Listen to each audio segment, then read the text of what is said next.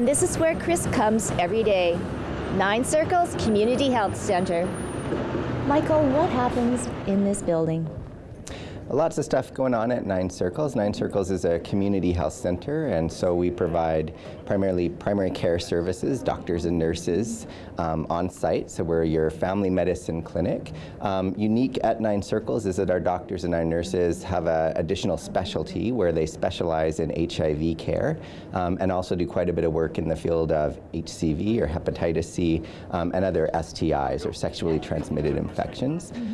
We partner with the Health Science Center to form what is known as the Manitoba HIV program, which provides care, treatment, and support to the majority of people living with HIV in the province, either directly or indirectly by supporting other physicians throughout the province. And then we also have a number of services that support really the whole of a person, which is really the service we try to provide. So we have outreach workers and counselors and advocates to help people with day-to-day challenges, a broad range of services, social worker, dietitian, really try to create a care team around each individual who comes to 9 Circles based exclusively on what it is that they need. So we try to create a service around the client rather than having the client try to navigate throughout the city the bits and pieces of care that they need. A lot of people don't even know you exist, and we just met Chris. So a person like Chris, he walks in. I mean, what kind of, process does he go through? Yeah, we have a really good partnership with different agencies throughout the city to help link people to 9 Circles.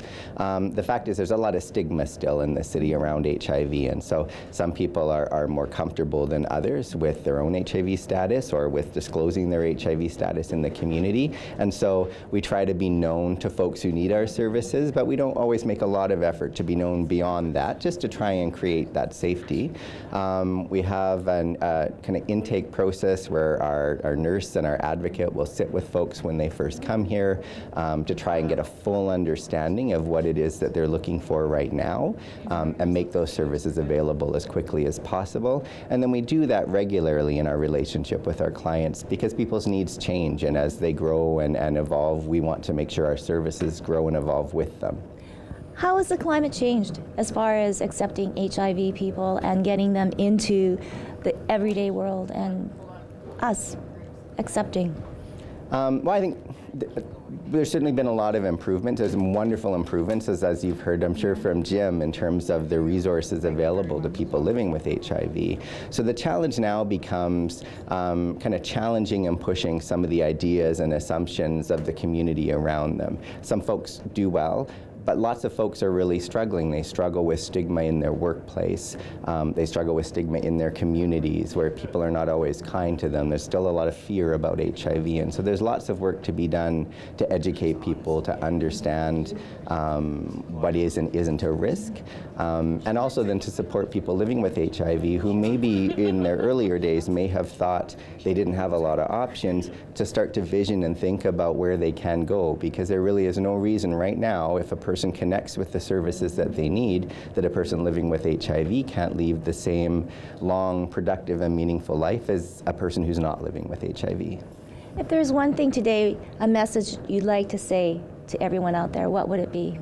I think I would say that stigma is a very real and difficult issue in this province for people living with HIV. And so part of the reason we do the walk is to provide an opportunity to show that there are allies in the community that support and understand people living with HIV. And so I would encourage people either through the walk or in their workplace or in their family to educate themselves and have conversations about this and try to support us, to support individuals by shifting our attitudes towards HIV and creating a safer place for folks. Yes, and that walk is happening this Sunday, folks. It is the Scotiabank Walk for AIDS, and where can people go for more information?